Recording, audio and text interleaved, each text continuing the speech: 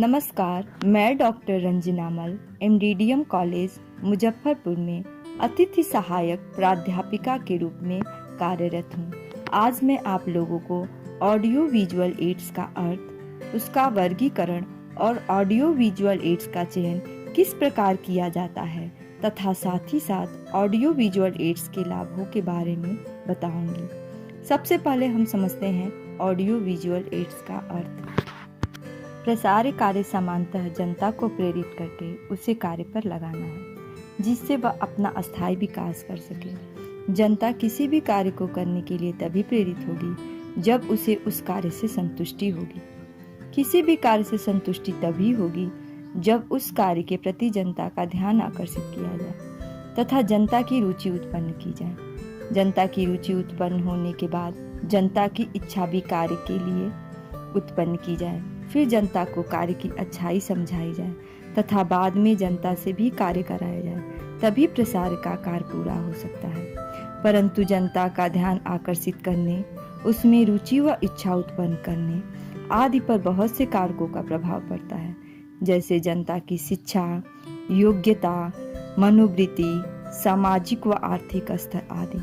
प्रसार कार्य में ऑडियो विजुअल एड्स का होना जरूरी है क्योंकि ऑडियो विजुअल एड द्वारा जनता देखती है और कहानियों के रूप में समझती है। इस प्रकार जनता का ध्यान भी आकर्षित होता है और उसकी रुचि भी उत्पन्न होती है।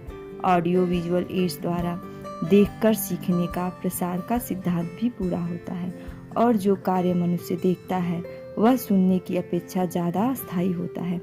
किसी भी प्रसार कार्यकर्ता के लिए ऑडियो विजुअल एड्स का प्रयोग शिक्षण कार्य में बहुत बड़ा योगदान प्रदान करता है। इसकी सहायता से प्रसार कार्यकर्ता अपने विषय को रुचिकर, आकर्षण और लोगों को प्रेरित करके अपने कार्य को बहुत ही व्यवस्थित ढंग से समाप्त कर सकता है। ओपी धामा के अनुसार ऑडियो विजुअल एड्स बोले गए शब्दों को अधिक स्पष्ट करने में सहायता देते हैं क्योंकि इनके माध्यम से विचारों को ज्ञानेंद्रियों में से एक से अधिक की सहायता में प्रस्तुत किया जाता है। डेंट के अनुसार जो सामग्री कक्षा में या किसी भी शिक्षण स्थिति में लिखित या मौखिक शब्दों को दृश्य बनाकर समझाने में सहायक होती है उसे ही ऑडियो विजुअल एड्स कहते हैं। अब हम समझेंगे सभ्य दृश्य सामग्री या ऑडियो विजुअल एड्स का वर्गीकरण किस प्रकार किया जाता है।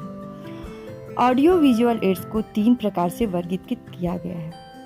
First, audio aids. Audio aids वह शिक्षण साधन है जो केवल सुनाई देता है, जैसे radio, telephone, loud speaker. Second, visual aids. Visual aids वह शिक्षण सामग्री है जो केवल दिखाई देती है। विजुअल एड्स को 2 भागों में बांटा गया है। फर्स्ट, अपारदर्शी दृश्य सामग्री, नॉन प्रोजेक्टेड विजुअल एड्स। इसके अंतर्गत वह सामग्री सम्मिलित की जाती है जिसको देखने के लिए किसी यंत्र या प्रोजेक्टर की जरूरत नहीं पड़ती, जैसे poster, chart, chalkboard, flash card, picture, panel board, bulletin board. Second, पारदर्शी दृश्य सामग्री, प्रोजेक्टेड विजुअल एड्स। इसके अंतर्गत वह सामग्री सम्मिलित की जाती है जिसको देखने के लिए किसी यंत्र या प्रोजेक्टर की जरूरत पड़ती है। इसके अंतर्गत स्लाइड, फिल्म स्ट्रिप इत्यादि आते हैं। थर्ड, ऑडियो विजुअल एड्स, सभ्य दृश्य सामग्री। सभ्य दृश्य सामग्री वे शिक्षण साधन हैं जो दिखाई भी देते हैं और साथ ही साथ सुनाई भी देते हैं। सभ्य दृश्य सामग्री को भी 2 भागों में बांटा गया है। First, non projected audio visual aids. इसके अंतर्गत कठपुतली का नृत्य, लोकगीत, टेलीविजन, कंप्यूटर इत्यादि आते हैं। सेकेंड, पारदर्शी सभ्य दृश्य सामग्री, प्रोजेक्टेड ऑडियो विजुअल एड्स। इसके अंतर्गत सिनेमा और वीडियो आते हैं। अब हम समझेंगे ऑडियो विजुअल एड्स का चुनाव कैसे किया जाता है। एक प्रसारक कार्यकर्ता ऑडियो विजुअल एड्स का चुनाव करते समय किन किन बातों का ध्यान देता है। ऑडियो विजुअल एड्स से पूरा लाभ उठाने के लिए प्रसारक कार्यकर्ता को यह जानना जरूरी है कि उपर्युक्त कार्यक्रम के लिए उपयुक्त सामग्री का चुनाव किस प्रकार किया जाए। ऑडियो विजुअल एड्स का चुनाव करते समय किन किन बातों का ध्यान रखना चाहिए?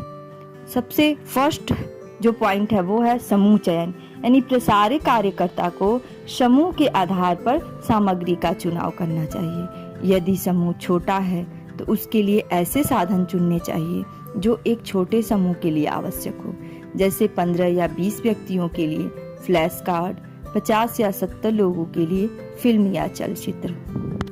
दूसरा प्रमुख पॉइंट है समूह की योग्यता का स्तर, यानी प्रसारक कार्यकर्ता को समूह की योग्यता का स्तर जानने के बाद उनकी योग्यता के स्तर के अनुसार ऑडियो विजुअल एड्स का चयन करना चाहिए। यदि समूह में अधिकतर अशिक्षित और कम योग्यता के स्तर के व्यक्ति हैं तो कठपुतली, नौटंकी, नाटक, फिल्म इत्यादि सामग्री अधिक प्रभावशाली होगी। और यदि समूह के लोग शिक्षित हैं तो ब्लैक बोर्ड, चार्ट इत्यादि अधिक प्रभावशाली होगी।